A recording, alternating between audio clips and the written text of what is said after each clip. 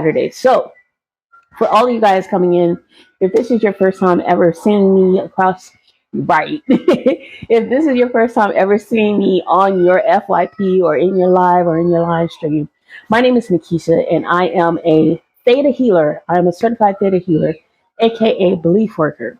And what I do is I help people with their beliefs that are holding them back from living their life and to live it more abundantly. That's what I do.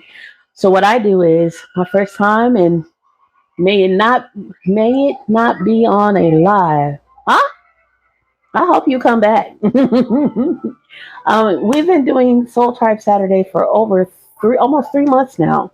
And in Soul Tribe Saturday, what we do is in the morning, we have our soul regressions with Rosa, who's located in the comments. We have our soul regressions with Rosa, where we help people understand the purpose of your soul and what your soul has done in the past and how it can affect you in your today. Hey, my love. Hi, sincerely. It's been a long time since I've seen you. Nothing.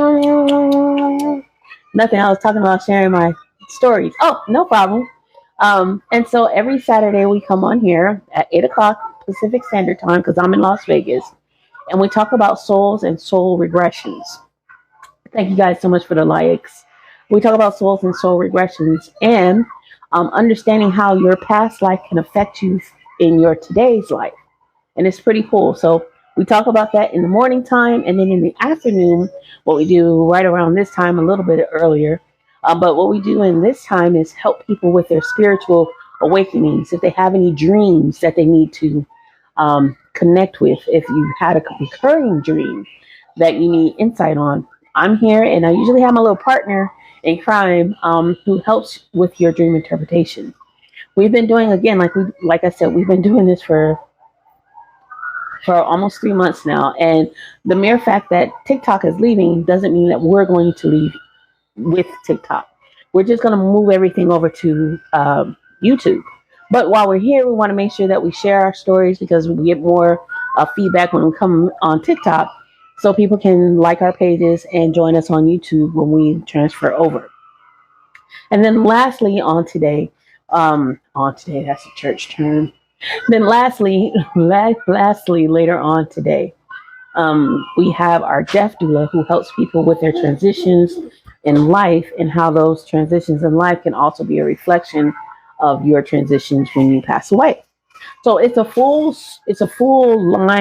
story of the things that happens in your life. And we try to make sure that we provide some type of tools where you can have a better understanding. So in your life, you can be prosperous, and upon your leaving and transitioning to the next phase, you can still feel that same prosperity as you walk away from this life to the next. And then tomorrow we have Healing in Black, which is a collection of practitioners, holistic health practitioners from all over the country that are Black. And we help everybody. We don't discriminate in any way. We help everyone when it comes down to your health. For me, the reason why I started the group Healing in Black is because for 2.5 years, I was walking around here with a hernia and with my large intestine coming out. And it took 2.5 years and 4 doctors later in order for me to get the help that I needed.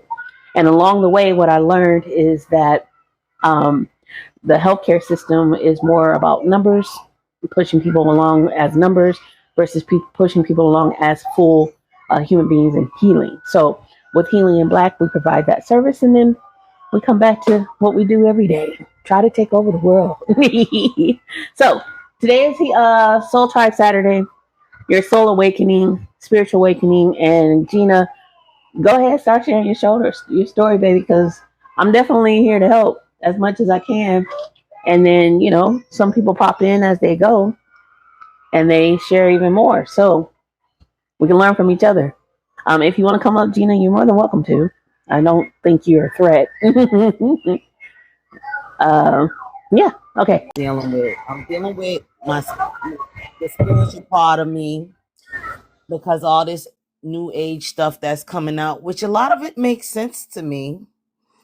if they're dealing with witchcraft in the church and in the government and all of this stuff, but yet we told not to dibble and dabble in it, not to get revenge, not to do nothing with it.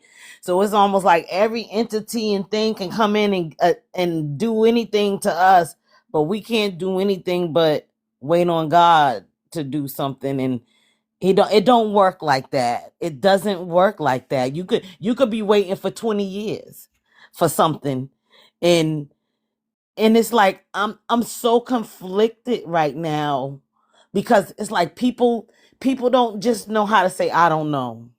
This is what I've been doing and this is what's been working for me, but they'll really quickly tell you, do this. This is what you're supposed to be doing. But I don't feel comfortable with that, because I'm not afraid to say I'm so programmed by this world in certain areas still. You could be woke, but I can't let go of this Jesus, because all I know is I feel like I only keep my Sabbath today because I don't want to go to hell. But I might not even be keeping it good enough. You feel what I'm saying? And I'm honest about it. I'm real about it. I'm not going to sugarcoat it and say it to make you feel good. I've had a few dreams. I've had things happen to me that's really different. But I never felt like I was special, and I never felt like there's any more to life, because I didn't grow up in the church. I started going to church once I was 18 to 20, because I felt like I was missing something in my life. I can't hear you if you're talking to me. No, Okay. baby, I'm listening. If I walk away, I still have you in my ears, No, and my no, that's son is right fine. below me, so I'm not trying to like stop you from doing what you do best. So go ahead, I'm listening. So what I was saying, I just be real about what I'm going through. I mean, I've been in lives where people spoke another language and I answered them in English, and I don't speak that language. I know that's something divine. And I said, wow, if God can allow me to translate something that I don't even speak their language this one time, he can do it for me a lot more times. I've had something I heard say cut, cut, cut. Kept hearing it audible in my ear, and I ended up cutting my finger that night. But people might say that's a demon, or that could have been a sacrifice. They needed something, needed blood. All I looked at that is God was warning me that I was gonna cut myself, and it happened. I didn't look at that was, oh, that's a demon. Oh, somebody needed blood. No, because the only person got any of that blood was me in the blender. You know what I'm saying? What happened? It wasn't nobody there to get a piece of that blood. And that's another thing. Like, I don't monitoring spirits. I don't have no friends. I don't have nobody around me. I guess I'm too real and I tell too much of the truth that I don't have nobody around me. Nobody's around me. So I don't think there's a monitoring spirit. Nobody's around me. I don't have friends. I mean, nobody. I've had one dream and I felt like I was in a shopping center running for my life. I never gotten anything else about that. And I felt like I just looked at it as whatever's gonna go down in this world, I am gonna be by myself. I'm not gonna have anybody with me. I'm not obviously gonna find my people. Maybe I've been putting too much emphasis on trying to find my people, but I know God didn't put me here to be alone. But hey, maybe so. Maybe so. I might sound a lot negative to some people, but you ain't lived my life. This is how my life's been.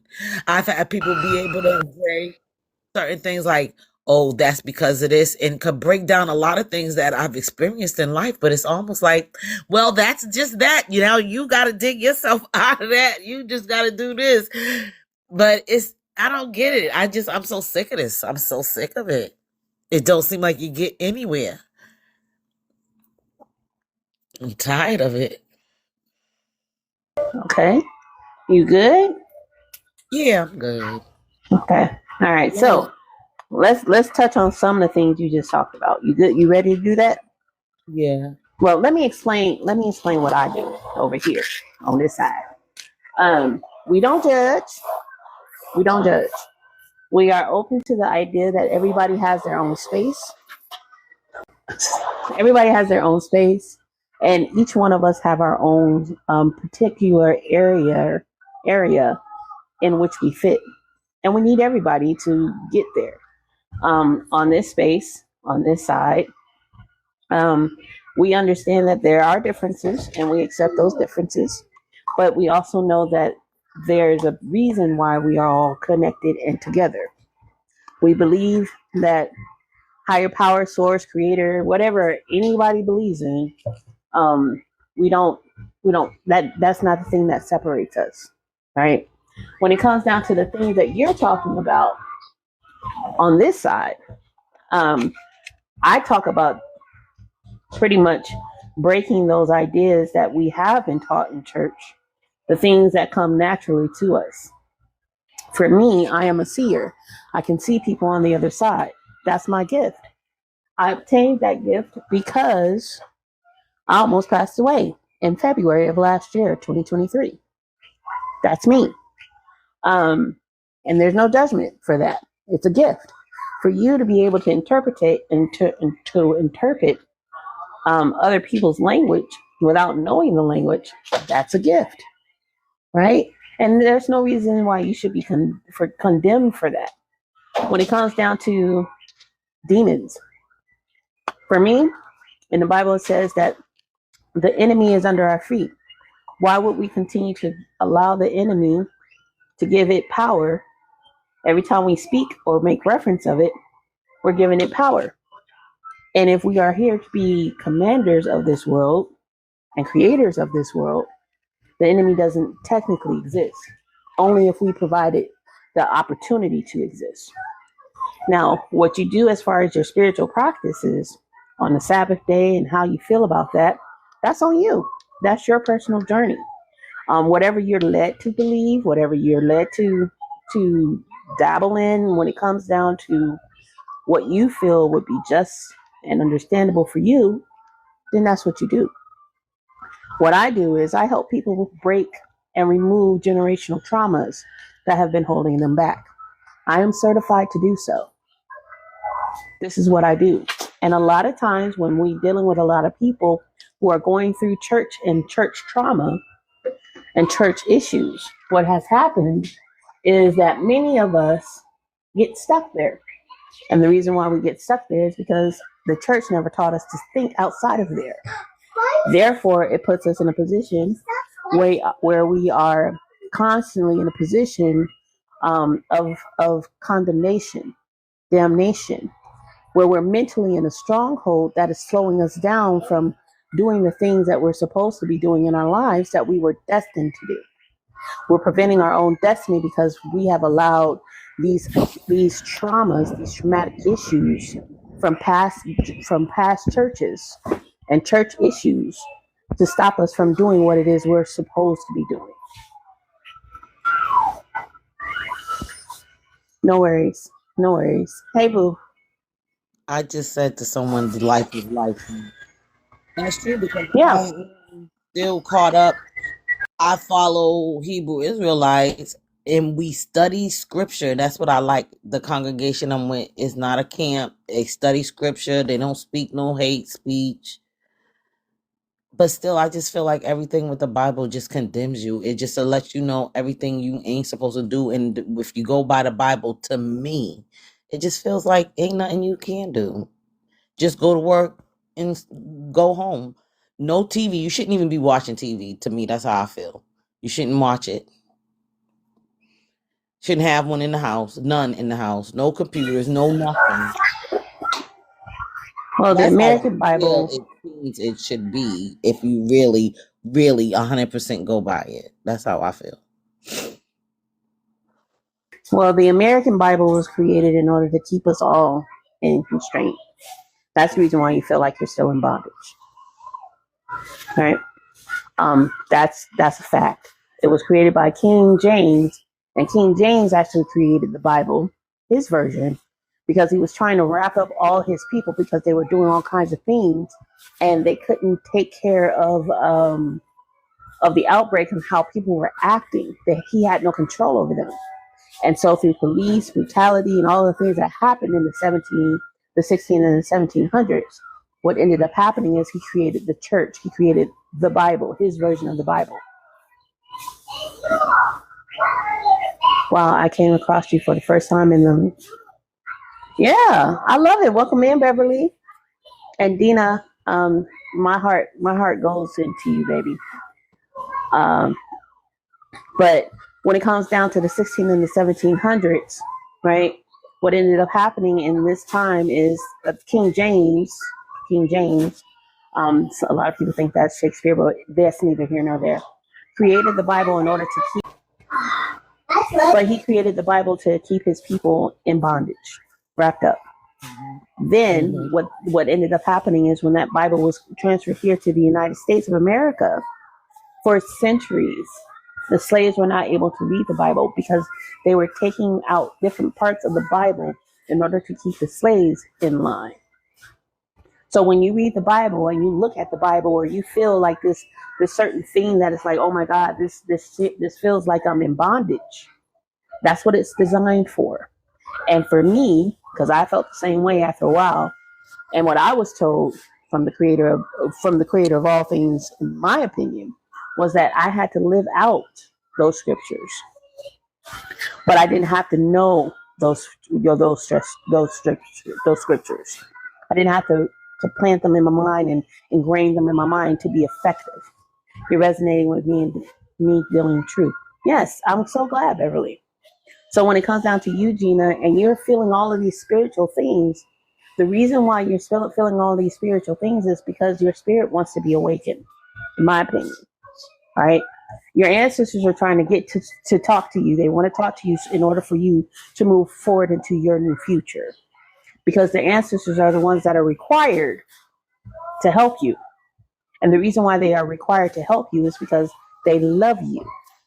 I was always taught in my life not to talk to the dead, always, because it was something that my entire family on my mother's side, we were able to see. Again, I'm a third generation seer.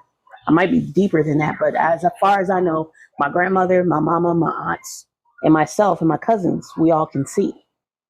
And because we had the ability to see, I was always told never to talk to the dead. But when my mother passed away 3 years ago, almost 4 years ago now, I longed to be with my mother. I longed to hear from my mother. I did not believe that love died when she passed away too. I did not believe that her spirit died when she passed away too. And I later understood and learned that the reality is energy never dies. We are all made up of energy. What we call the Holy Ghost could also be the exact same thing as energy. But because we say it's energy, it's considered and deemed as new age, when the reality is we're saying the exact same thing. But I'd be so scared that I will separate it, because I have been saying, I had got caught up starting to say energy, because it does make sense. You know what I'm saying? But who lives in the presence of fear? Is it God? Is it the creator of all things? No, we don't live in the presence of fear. So why are you afraid of doing something, of knowing something that you're supposed to know? My people perish for the lack of knowledge. And the remaining part of that is the generations that follow behind it will be cursed at the same. So you trying to understand and unlock this situation, faith or fear, right? You in a position where you're trying to lock and understand where you are is exactly where you're supposed to be, because you're supposed to go deeper. And deeper doesn't mean going deeper in the Bible. Deeper means going deeper in different knowledges that's been given to us around the world. We resonate with each other because our souls are connected. We are a reflection of God. We are the reflection of the creator, the universe, higher source, whatever you want to consider the spirit of all things, the creator of all things. We are a reflection. It says that in the Bible. We are the reflection of that thing, right? The spirit that lies in each and every last one of us. And because we're a reflection of us, we're all going through this full awakening and this full purging that is allowing us to see each other, and that is allowing us to understand each other and to know each other. And this is collectively worldwide. Welcome to the tribe, everyone. So what happened is a lot of us Black people, right? Many of us black people, especially in the United States of America, we have been cultured to be without this knowledge because it's understood that the moment that we obtain this knowledge, we are more powerful. And what I talk about is that within 62, there are 62 people that are locked inside of your DNA. 62. And each one of those experiences are shared within your DNA, within you. So naturally, you are going to see things because the people behind you saw them. Naturally, you're going to gravitate to certain things because the people behind you used to gravitate to those things. Those things that has been trying to stop you and block you mentally, they can't because your body naturally knows, no. This is what I need. And even when we think about blood, right? If you ever take a piece of your blood and you try to pull it close to your own body, so let me say it this way: if you prick yourself and you start to bleed, right? What you can notice is the closer that you get that little pricking of that blood closer to your own blood, it'll start to draw itself to itself. Like That's what we are doing through our DNA, just like a magnet. Just like a magnet. And so that's what, welcome to the tribe of Sanamana. Welcome in. Welcome to the tribe. So when that happens, right, that's what we are naturally doing every single day. We're drawing ourselves to each other in order to empower each other. But the thing that blocks us on a day-to-day basis, again, is that mental stuff, the program that all of us have been programmed since the beginning of time to stop us from connecting. Is this helping you? Yeah, it is. It is. My thing is, I feel like it still should be like, I feel like I need a class to go through all of this because it's not all that simple to just do in good graphs. Well, I'm so glad that you said that because right now, come tomorrow, put this in your calendar. Tomorrow, my webinar will be up and running. And you can see it and you can find it in the link in my bio after we're done with this live. You can find it in the link in the bio tomorrow. And that webinar will start at 8 o'clock your time. Whatever time you're on, your local time, it'll start at 8:30 actually, your time. You can sit there. It's an hour and a half long class, and it will walk you completely through everything that I'm talking about in like a section. You can pause it. You can do all the things you want to do in order for you to get the full understanding of what I'm talking about. And I'm just a premise. I'm just one person. That's it. But this is what I've done, and this is what I've learned in order to help so many people, including myself.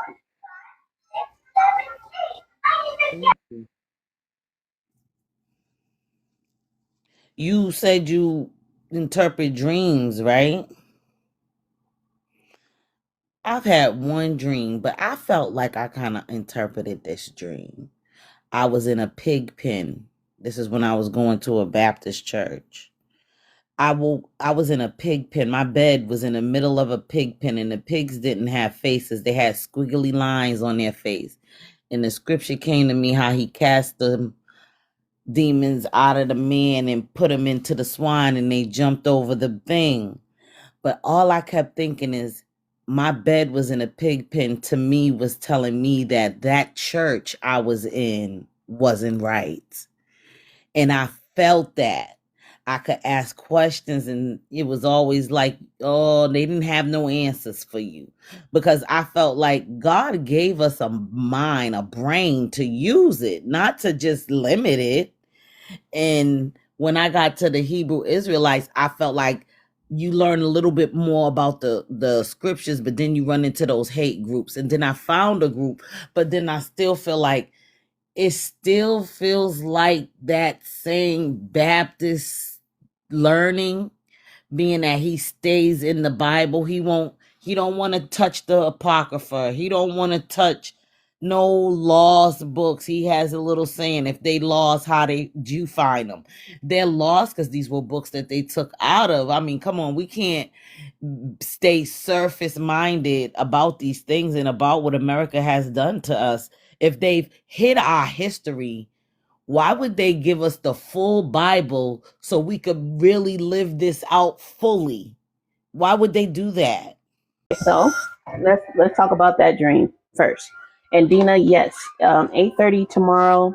You guys' time, whatever your time zone is, It'll pop up at 8:30 your time. And I'll send you an email. So if you guys are interested in joining that webinar, just join the tribe. We have our own community within our within the link in the bio, and it's called The Tribe. And I will definitely put the link where you guys can watch the webinar right there.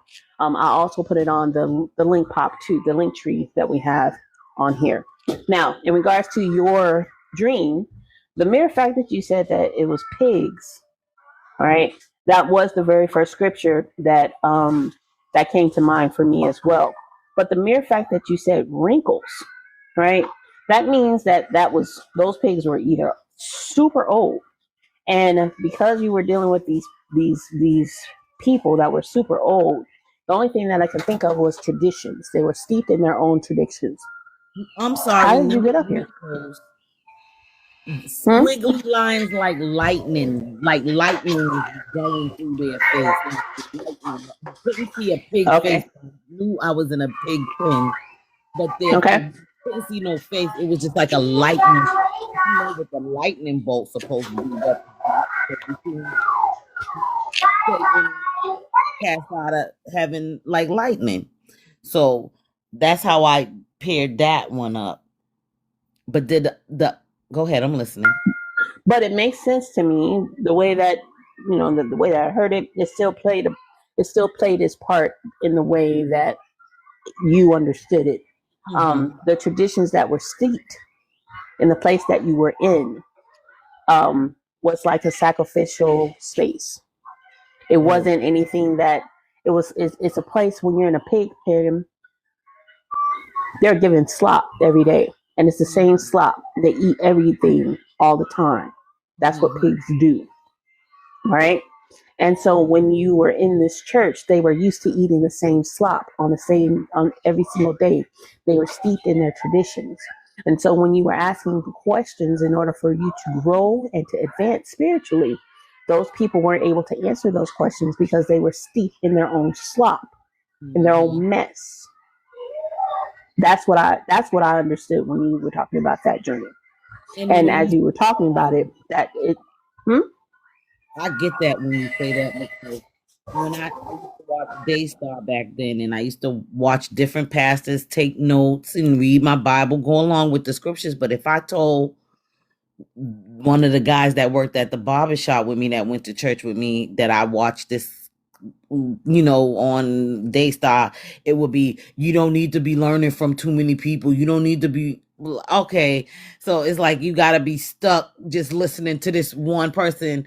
But I don't know them neither. I don't know Pastor. I can't sit here and say, yeah, Pastor and First Lady is the best people. I don't know them. I've never been to their house. I only know them when we come to church. I don't know them after church. I don't know these people, how they really live.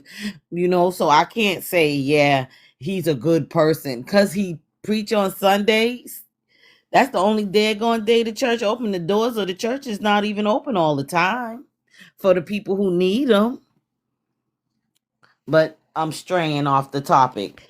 The other dream was I was in this shopping center and it seemed like there was no order, and it was like a gang of kids and they like kind of chased me. They didn't touch me, but they took my car. I want to say they took my car, and I feel like I had a lot of stuff packed in my car, so I don't know what the situation was going on at the time, but they got my car and ran me out the little shopping center. But it was a girl there. She gave at the bus stop that I ran to. She was like, it was almost like everybody knew about these kids and these bad people and in this shopping center and the things they did, and they just knew, and there was nothing that could be done about it. And all I just chalked that up to is I'm out here by myself. I don't have anybody to call if I need anything. Everybody calls me. I help people. They do me dirty. Then I hear all these, oh, the chosen ones. They're gonna get theirs back. They're terrified. I'm like, this stuff ain't real to me. People can do what they want to do to you, and I feel like they don't suffer no consequences. But I feel like if I do something, I am going to reap what I sow expediently. It's not going to be nothing I wait for. I'm going to suffer. And that's how I feel.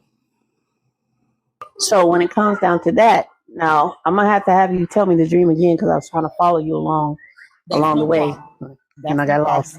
problem. I But when understand. it comes down, sorry, but when it comes down to your feelings about people not getting what they deserve, I would love to offer you this thought. When it comes down to our lives are to be lived the way that we deem fit, no matter who we are, right?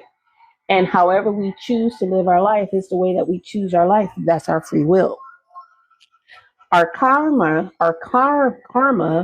comes, the reap what you sow, comes when we pass away. And for some of us, because we feel the soul contract, that karma comes expediently. Doesn't matter if you're a star seed or not, in my opinion. Okay. When we pass away, and the reason why I say that is because your soul probably made a contract saying, hey, you know what, in this next life I don't want to go through the same problems that I went through before. So whatever I do that's wrong to someone else, allow it to come back to me faster, because I don't want to see what I'm about to share with you. When a soul passes over to the other side, their soul, your body, your soul, you get a replay of your entire life. You get to see all of the things you've done wrong, every single bit of it. And then you get an opportunity to say whether or not you want to come back to this earth and fix it. Or you get an opportunity to right those wrongs with the people that are here still living on the other side. This is why you have 62 people that are connected to you, because they are bound to you by love, not just by blood, but also by love. And because they are bound to you by love and blood, if anybody has crossed over onto the other side, has harmed you in any way, they make a decision on whether or not they want to fix it with you. This is why it's so important to forgive, because if you don't forgive, then you're not allowing the person that hurt you while they were living here on this earth to fulfill their agreement in love to make your life better. Does that make sense to you, Gina? It makes sense. It makes sense. But then I think about, like, I lost my mother and sister during COVID. And it's like, yeah, they're gone, but I'm angry because a lot of things were not hashed out. And I feel like, wow, they just got to go and I'm still here suffering. I feel like a lot of my suffering, they played a major part in, because nobody want to grow up. They always want to point the finger at everywhere. You need to change. They don't like the way your tone is. Stop always trying to find something wrong with something so you don't have to deal with it. Is all I dealt with them, and I had to I accepted who they were, regardless if I liked it or not. I never told them they needed to change. I've always just accepted it because I was the youngest. I wasn't in no place of authority in that house. My mother went by the oldest with everything, so it didn't matter. So if I already see how the dynamic is in my house, I wouldn't dare expect them to change for me. But I'm constantly being told something is wrong with me. The way I act, the way I talk, what I do, what I wear, all my friends, it was always something wrong. So them being gone, no, I don't miss them. And to talk to them, I always said I would never get an apology from my mother unless it was on her deathbed. But then, you know what? Sometimes you don't even get that.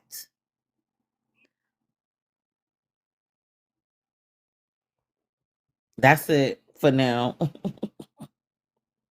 Why do you think you're here I on don't this know. live? I'm not gonna, Why do you because think you're here on this live? I don't know. It was before I went on to come in. I listened to the lives. It was just something about it. I was listening to you talk, and then you started talking about. I said, that sounds exactly like everything that I am dealing with. My spiritualness. I don't know which way I'm going. I don't know what's going on. I don't know. I don't know. I don't know. I started a business. I bought a house. I bought cars. And I now it's like God want me to sit down. Sit down for what? When he know I'm out here by myself and I gotta buy groceries. I don't get food stamps. I don't get help. I can't call nobody and say, you got $20? Because my bank is closed and they won't be open till Monday. And I just need a couple dollars for my pocket. I don't got nobody I can call and do that to. So why would they sit me down when he know ain't nobody around me to help me? He ain't sent nobody. Ain't sent nobody even after my mother died. Nobody. My sister and my mother passed back to back. My sister had a daughter that was 12. I didn't get no help.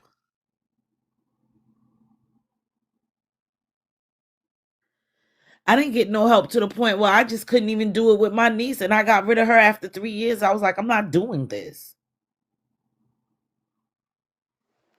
I'm not doing that for not. I'm not dealing with nothing that if I didn't birth it, I'm not dealing with that. Especially if a child was raised to not like me because the mother felt the way about me. Children pick that up. I wasn't going to be tug of warring for another 5 years with her. I'm not doing that. No, I'm not. I watched my mother do it with her nieces and nephews. Destroy her own family because that's my sister's kid. They don't even care about what you're doing and how you ruining your own family and how your kids ain't seeing you as mom anymore. But I'm straying again. And I don't want to stray because I stray and then I feel like You're I not keep saying straying. stories Your over. spirit is speaking. Your spirit is speaking. I'm hearing it. I'm not gonna just sit here and act like I ain't angry. I'm mad as shit. I'm mad. I feel like I put my life on hold to help people and I can't even get my little cleaning business off the ground.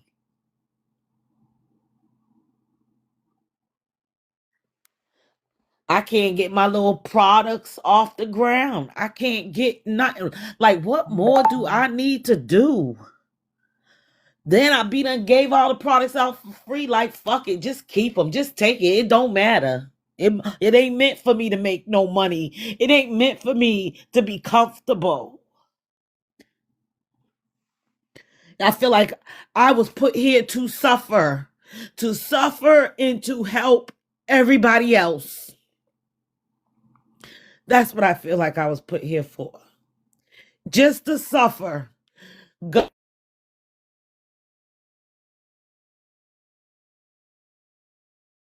right. Don't spend no money because you're gonna need that 6 cent. Gonna go towards that bill. Don't you spend no money. Just sit in fear. That's exactly how my life been.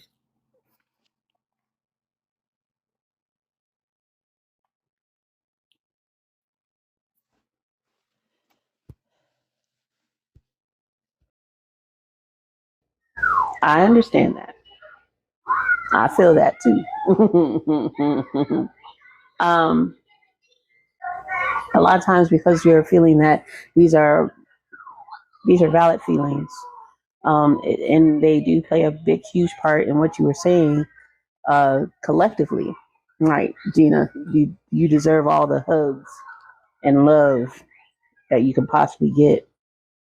I'm really trying to find a way to articulate what I really want to say, and forgive me for not being um, in a personable space because I'm in the theta healing space. What I'm thinking in my head, because that's what I do. You're So fine. it I doesn't. keep Okay, about how you think it. I don't do I'm that. just sharing because Not you just that met person. me. I'm This is so our first easy time. going. I'm so easy going. I don't question this stuff unless it makes me feel uncomfortable.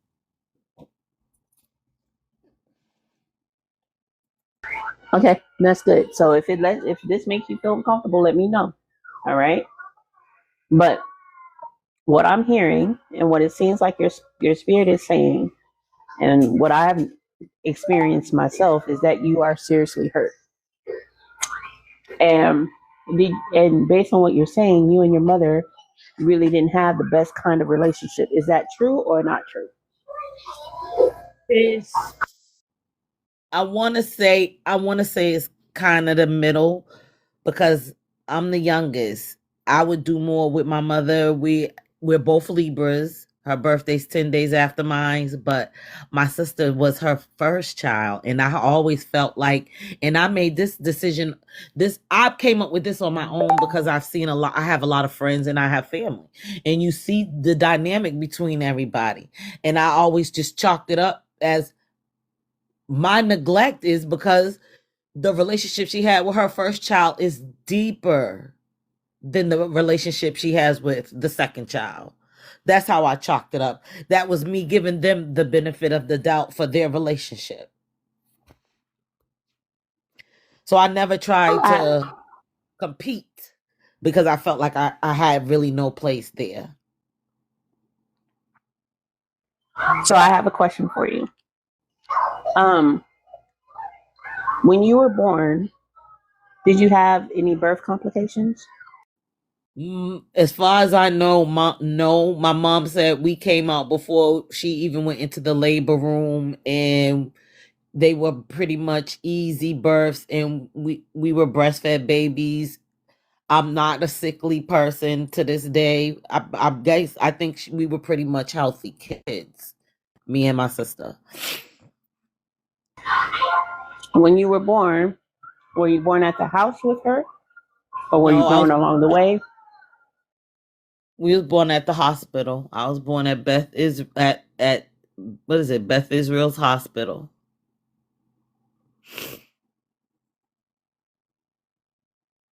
When you were a child, did your mother leave you at any point that you can remember? Yes, she told us about it that when we were younger, she was like in between places, so she gave us over to these nuns, and they told her if she didn't get us after a year, they would keep us. And she said when she got us that my sister's 2 years older than me. She said that I wouldn't go to her. For it took a long time for me to go to her. That I would only go to my sister, but me and my sister is not even close. For that story, to hear that story and to see how we grew up, total opposite, totally two different. How old were you when this happened? Like two? Were you young, I young? don't know. I want to say about two. I want to say about two or three. We were young. We were young. So I want to say we was about two or three because my sister knew enough to look after me. You know what I'm saying? To stick with me. And she obviously did a good job when we were young at that. But yeah, that was the only time.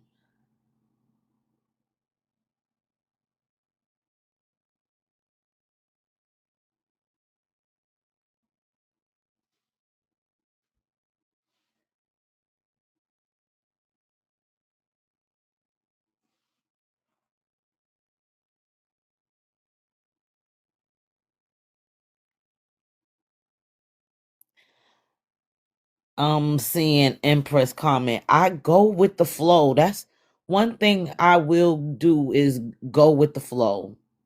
I've gone with the flow. I'm tired of going with the flow. You know, I've gone with the flow for so long. It's almost like I've accepted so much and allowed so much that they just assume you will just continue to do so. And the moment that you speak up, it's a problem. So I go with the flow. It's just that sometimes I'm tired of going with the flow. It's not getting me anywhere or any happier or happy. Period.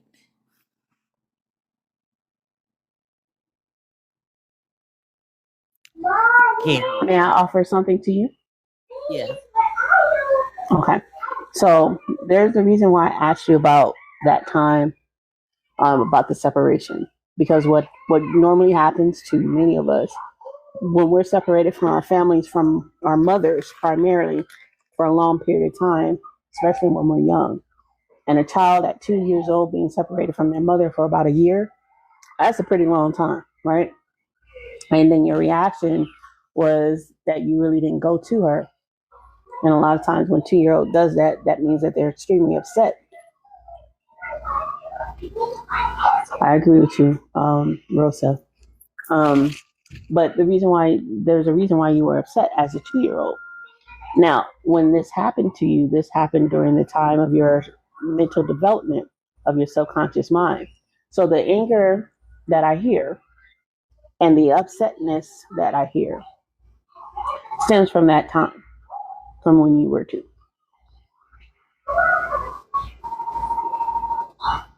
And it's a subconscious belief that your mother would leave you at some point in time, which she has done yet again. But this was something out of her control.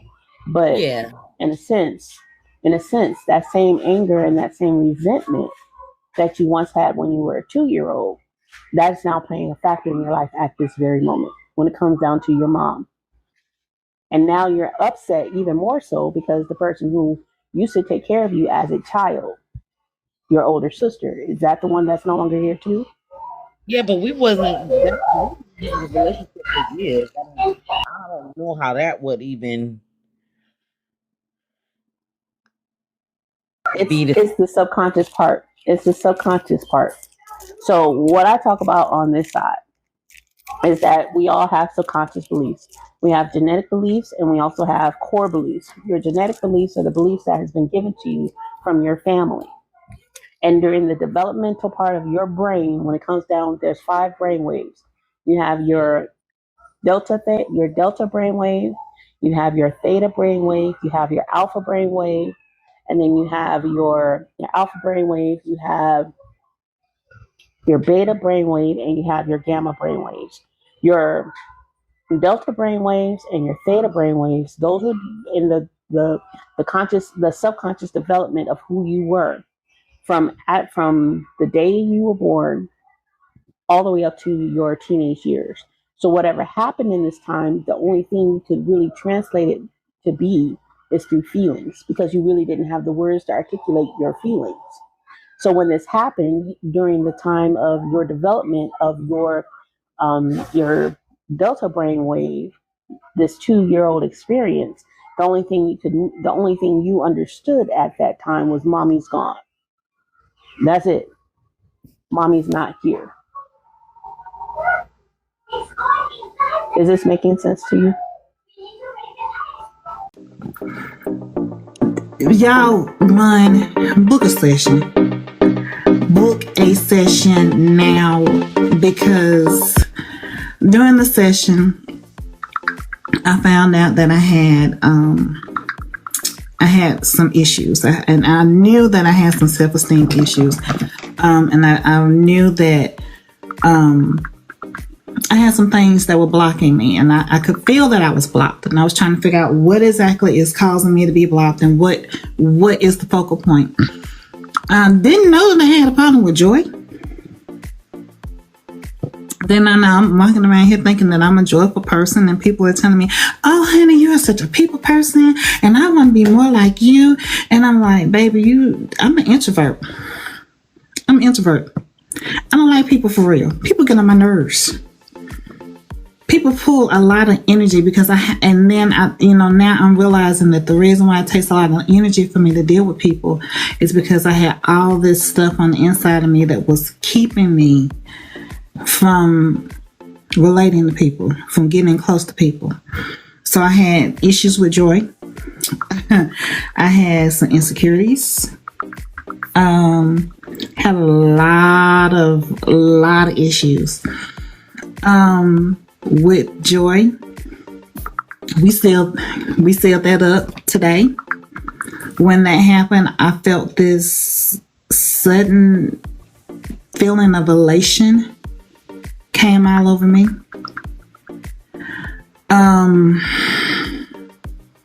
But the thing that got me was when we were working through an issue and Keisha was praying.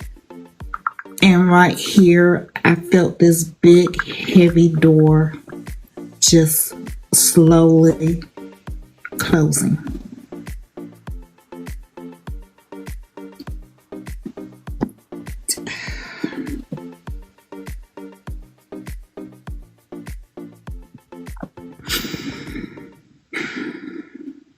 it takes a lot for me to cry. And I'm sitting here and I'm fighting back the tears because I know what I've been dealing with. And to realize that a lot of the stuff, it really didn't start with me. It started with my family member and it went back generations. And as we were going through the session and we were talking, I remember hearing my aunts and I remember hearing my uncles and I remember hearing certain family members and things that they were going through. And there were several generational curses that were just blown apart during that session. So, baby, I thank you. I'm still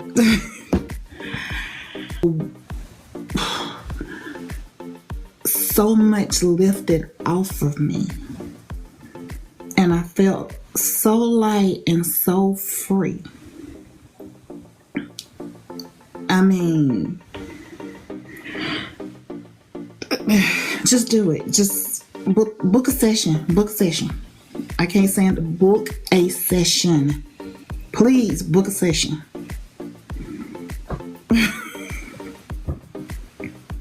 I don't know. Okay, that's fair. Being so independent and knowing that I couldn't lean on her even when she was here, that I don't know. I was always independent. And my mother was that strict mom. I'm born in 75. My mother didn't play those things. She wasn't. And that's cool. But your independence, right? Hold on. TikTok is asking me for my pixel. Oops.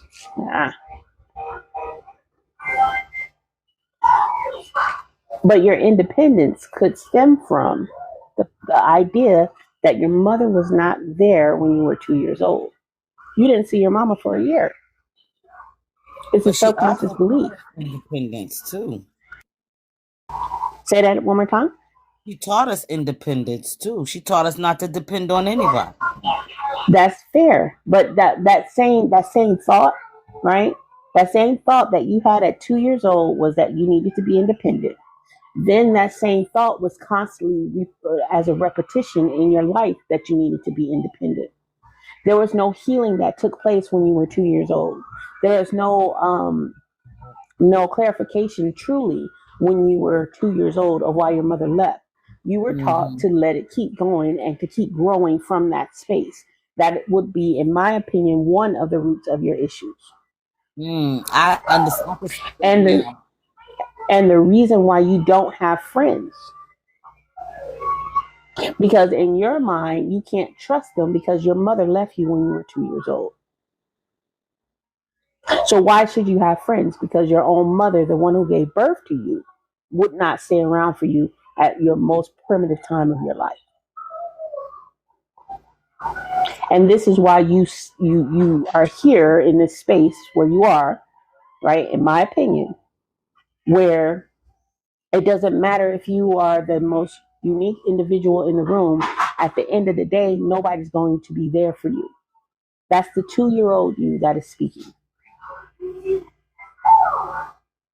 And that 2-year-old you that has been speaking all this time, right, is playing herself out in your today. It's a huge wound. And the mere fact that your mom and your sister passed away validates that feeling that you had when you were 2 years old, which validates who you are today at this time. Does that make sense? I'm pretty sure it will. Some of it is definitely making sense. Because everything starts off as a root. 2 years old, that's a lot. Yeah, and it's a lot of time, right? It's a lot of time for that same idea to constantly grow. And that idea it wasn't pulled out from the root. Your mom didn't explain anything. All she did was she reiterated that idea. That's it. And as you grew, all you could do was reiterate that same idea because that's part of the development of who you are. It's your life now. It is a taught situation that was given to you. It was taught, it was implemented, and now it's reenacted. And so for you, you're running on, not trying to judge or anything like that, because that's not my intent. For you, you're running on autopilot because of it. And it's constantly playing in the subconscious part of your brain. And because it's constantly playing in the subconscious part of your brain, your livelihood and your life is projecting that. That's what's happening, in my opinion. And because your livelihood and your subconscious is constantly projecting that, that is all you're receiving. That's it. And if you want to change that, I can help you if that's what you want. It's going to require you to want to have that change. But that's what I do. Every time I go to therapy, the first thing I say is, I just want to get to the root of the problem. And we never seem to get to the root of the problem. I want to be talking to people every day, all day about my situation. I want the cognitive stuff I need to practice and work on so that I can work on it. Everybody always seem to have, this is what I do, but what is it that I need to do? And I don't never have nothing to do. Oh, just, you got to change your thinking. That's easy said, because if I have to be accountable. If nobody's around me, how am I being accountable to stuff? I won't I don't have ever tell you that. nobody to I will bounce not. nothing off of. I will never tell you that. I am not a therapist. I am not that. I am not a therapist in no way, shape, or form. That's not what I do. But what I do is I get to the root of your issues. And it doesn't take long. A lot of times it takes about an hour and 15 minutes. A lot of people only need one session with me, and their lives are completely changed. And they figure out what it is that they need to do within their lives. But what I do is I literally get to the root of your issues. And I get to it very fast, very quickly. You can check out my one-on-one sessions all throughout my page. You can listen to the testimonials. You can do all that. My page is open to everybody. I don't pay anybody. At this moment, the funds are not available for me to pay anybody for their insight. But after your one-on-one session with me, if you decide on it, your life will be completely changed. And you don't have to do anything but be yourself.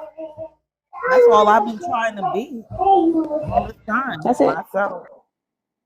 You just got to be willing to let go of these traumas. And because this is one of the many traumas that you may have, right? I'm not trying to judge. I'm not judging you in any way, shape, or form. I'm not taking anything you're saying as a judgment. Yes, You're not even I'm so glad because, huh? You're not saying it in a judgment way, so please stop apologizing. You haven't judged me. I'm just saying because this is our first time ever meeting. You're fine. You're doing fine. Okay. But if you are interested in doing the one-on-one session, you can. It usually, like I said, it only takes one. And it seems like you have traumatic experiences, like I stated, from that one time when your mother left you. And that has grown into something more, which causes issues of unforgiveness within yourself and within her. And those things are the little things that holds us back. These are human feelings that holds us back. And what I do is we completely remove those feelings. And when those feelings are removed, you move forward. That's it. It's not a multiple session type thing. What if I understood her reasoning when she told us? I think we were like teenagers when she told us. What if we understood? I mean, I understood, she was in between homes. They had stayed with a aunt. They stayed with the grandmother. The grandmother kicked her out. She said, because I was always crying. I was the baby. So they kicked us out from the house next door because we owned the house in the house next door. My grandmother did. So I kind of understood that. But like you said, it's the subconscious. I don't know about the subconscious mind. So maybe it is something from when I was 2 years old that's been playing out all these years and I didn't realize it. And then my mother, with the 2 degrees as the psychiatrist, she couldn't see that something was wrong, would never want to go to therapy with me. Always said I needed to have somebody to talk to, but she couldn't talk to me about it. But I don't know. I don't know. Maybe you're right. I pray that this is it and I can just do something to get my life back on track because I'm miserable. I've been miserable for years and I hate it. And I hate it. I feel like ever since I've been old enough to actually work and have to pay bills, I've been miserable. Before then, money and finances was always coming. I was always working, always had a hustle. Now it's like I can't pay my bills 6 months straight in peace without something happening. And it's almost like I'm supposed to not be content. I'm supposed to be miserable and walking on eggshells and stressing and worrying about something. I don't know. I always felt like this is what it's supposed to be like for me. And that's a subconscious belief that you've accepted in your life. And now you have made that subconscious belief. There's 88%, right? There's 88% of your subconscious that plays in the background of your mind. That's a subconscious belief that has been given to you from your soul, from history, and from your family members. And then there's 12% of your mind that you have control of. That's called your core belief. And what you have just stated and what you have just admitted to is that you've accepted now as your core belief that things cannot change.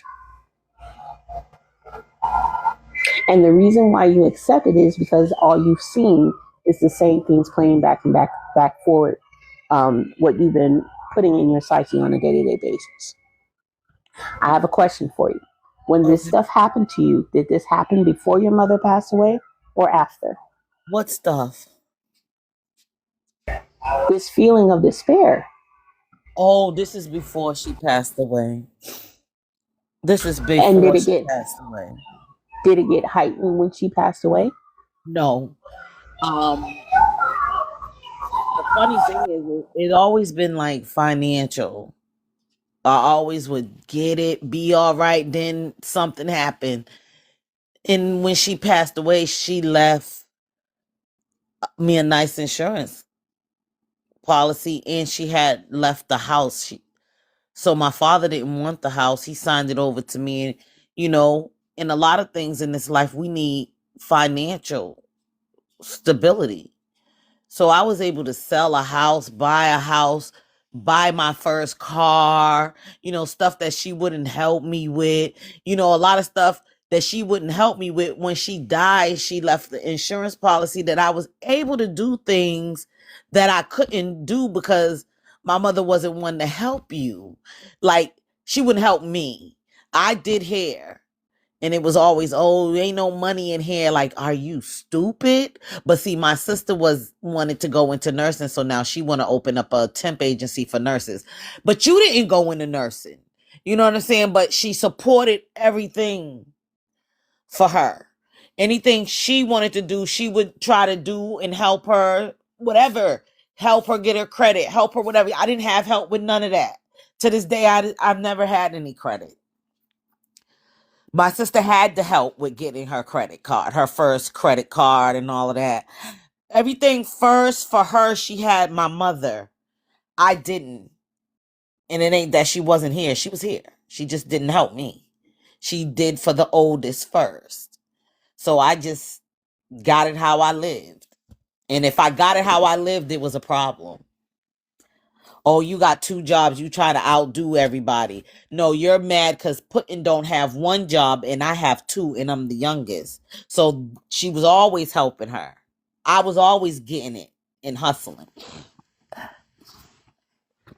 So that's how it's been.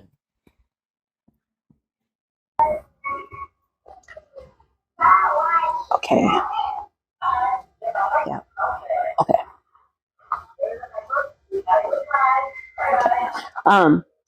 My recommendation is to check out my live tomorrow, my webinar tomorrow. And I think that will give you clarity on a lot of the feelings that you are having. When it comes down to your mother, did you see your mother interacting with your grandmother, her mother, and was it Yeah, similar? my mother was the second oldest. She was the one that everybody needed. My mother was the one that everybody needed and went to. So we went out, we went without. She did whatever for her family, and that's why when she passed away, I cut them off because I wasn't gonna be a bank for them. I wasn't taking my mother's position, and I had to do the same thing with my father. So